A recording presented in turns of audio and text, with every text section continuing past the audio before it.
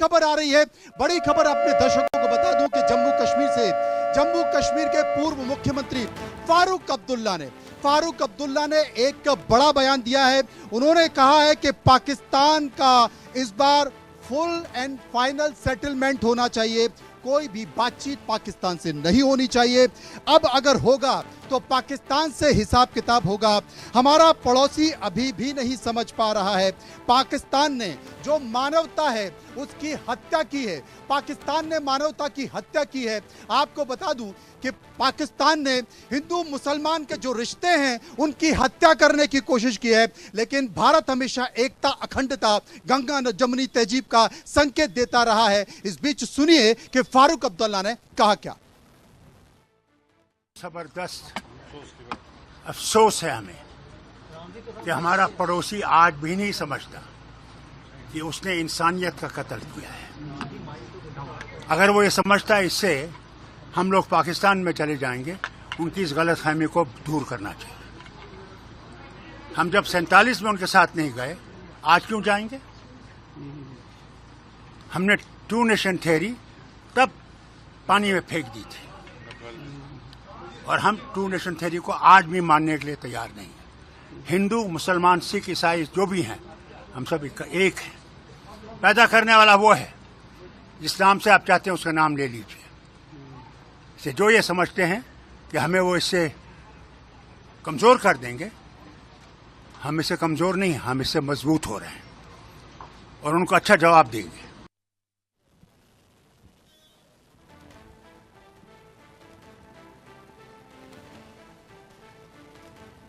तो जम्मू कश्मीर के पूर्व मुख्यमंत्री फारूक अब्दुल्ला ने कहा है कि पाकिस्तान गलतफहमी में है।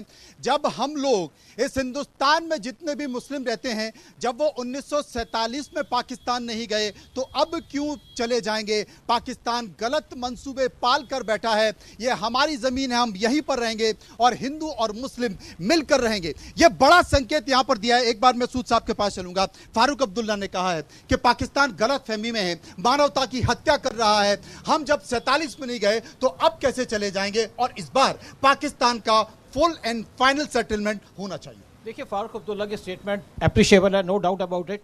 लेकिन मैं एक बात कहूंगा आपसे कि लोग बड़ी एक्सपेक्टेशन कर रहे हैं गवर्नमेंट से। गवर्नमेंट ने अपना पहला बम चला दिया, वाटर बम चला दिया जी। देखिए, वॉर ऐसे नहीं होता कि आप घर से उठे और जाकर के आपने गोलियां चलानी शुरू कर दी। तैयारी पूरी है और पाकिस्तान बच नहीं पाएगा। पाकिस्तान का इन्होंने पूरा एनसर्कल कर दिया कि पाकिस्तान के अंदर कुछ ना जाए। पाकिस्तान के अंदर पेट्रोल की कमी आ गई है, पाकिस्तान के अंदर खाने पीने की चीज़ें की कमी आ गई है। और जो वाटर बम है सबसे तगड़ा बम है। कैसे? जब भी चाहेंगे फ्लड ले आएंगे, जब भी चाहेंगे सूखा डाल देंगे और पाकिस्तान के अंदर सूखा आएगा। उसके बाद एक मेन प्रॉब्लम क्या है, पाकिस्तान का मंगला डैम वो बंद होने वाला है क्योंकि पानी नहीं है उसके पास।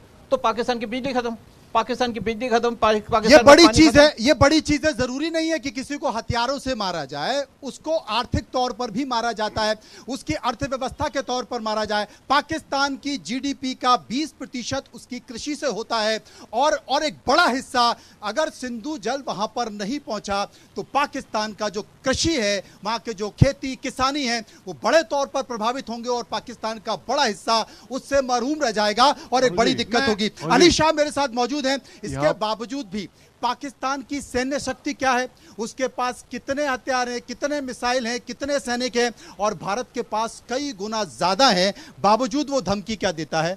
जनाब, हमारे पास परमाणु बम है, हमारे पास परमाणु बम है। 130 परमाणु बम हमारे लिए किस लिए हैं? भारत के पास 180 हैं, लेकिन भारत ने धमकी दी नहीं है। अली शाह साहब, धमकी देंगे नहीं, इस बार कुछ कर दिखाएंगे। बिल्कुल। देखिए मनु जी, पाकिस्तान के पास वो हथियार नहीं है हमारे से लड़ने के। तो उन्होंने दिमाग इस्तेमाल करा अपना। उन्होंने सोचा कि भाई अगर हिंदुस्तान में हम फूट डालते हैं, जैसे कि 1857 में हुआ था वो म्यूटनी कार्टरिजेस के पीछे, वैसे अगर इनको बंटवा दें। मैं आपको एक बार और कहता हूं, मैं आपको, देखिए, जरूरी नहीं है कि ये लोग जो कह रहे हैं, नैरेटिव बन रहा है ना कि कश्मीरी लोगों के केवल टूरिस्ट नहीं आएंगे। मेरी बात हुई कश्मीरी लोगों से, उनको दुख है इस बात का कि इंसानियत की हत्या हुई है, कि उन्होंने चाहे हिंदू हो चाहे मुस्लिम हो, किसी को भी मारा हो, उनको दुख है कि इंसान को मारा हो। पहले वो इंसान है।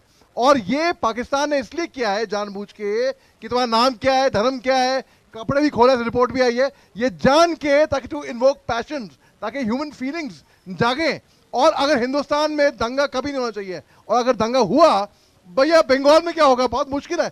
I hope it doesn't happen, नहीं होना चाहिए ये, क्योंकि हम जंग लड़ सकते हैं, इतनी इकॉनमी है हिंदुस्तान को। भैया सॉरी माफ कीजिएगा, हिंदू मुस्लिम हिंदुस्तान में नहीं होना चाहिए, और मेरे को बहुत खुशी है इस बात की कि नहीं हुआ। और जी आपको बता दें कि पहलगांव में जो पर्यटन को खत्म करने की कोशिश की, आपको बता दें कि पर्यटक फिर से जा रहे हैं, पर्यटकों की संख्या बढ़ रही है, क्योंकि इस बार हिंदुस्तान नहीं हारेगा, इस बार पाकिस्तान हारेगा, इस बार आतंकवाद हारेगा। तमाम लोग मेरे साथ मौजूद हैं। पूरे देश में एक बहस चल रही है, इस बात को लेकर बहस चल रही है कि इस बार कुछ करना चाहिए। देश के प्रधानमंत्री नरेंद्र मोदी ने भी अपनी मन की बात पे इस बात का जिक्र किया है कि देश गुस्से में है, आत्मा पर हमला किया गया है, इस बार संकेत बड़ा होगा, पाकिस्तान को भुगतना होगा। मैं तो कहता हूं कि सीधा अटैक कर दे, बस पानी बंद नहीं करने से कुछ होगा, सीधा अटैक कर दे।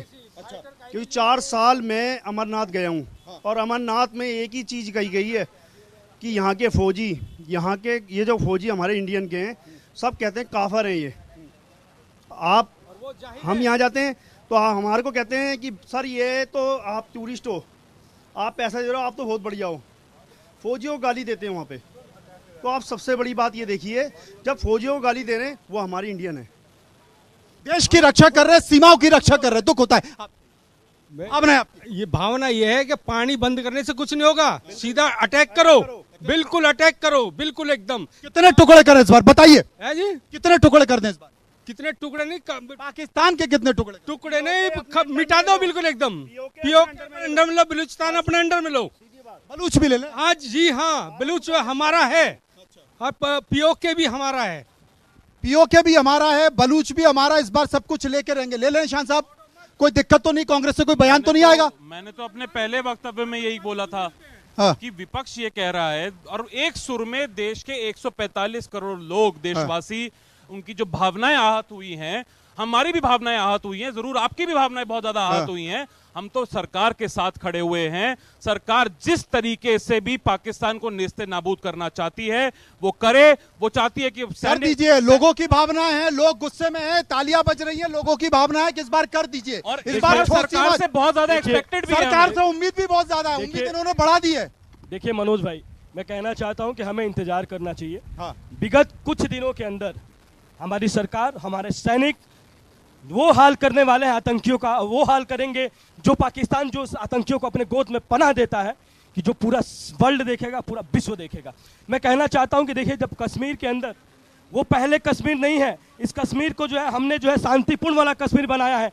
पहले कश्मीर के अंदर जो हमारे सेनाओं के ऊपर जो है पत्थरबाजी की जा रही थी, वहाँ पे जो है इलेक्शन जो है अच्छे तरीके से नहीं किए जा रहे थे, वहाँ पे बूथ के बूथ कैप्चर कर लिया जाता था। लेकिन पहली बार ऐसा हुआ, यही तो अच्छा नहीं लगा, यही तो अच्छा नहीं लगा। कई और भी मेरे साथ महिलाएं, कुछ महिलाओं की भावनाएं क्या है, उनसे मैं पूछूंगा, समझने की कोशिश करूंगा। ये जो हुआ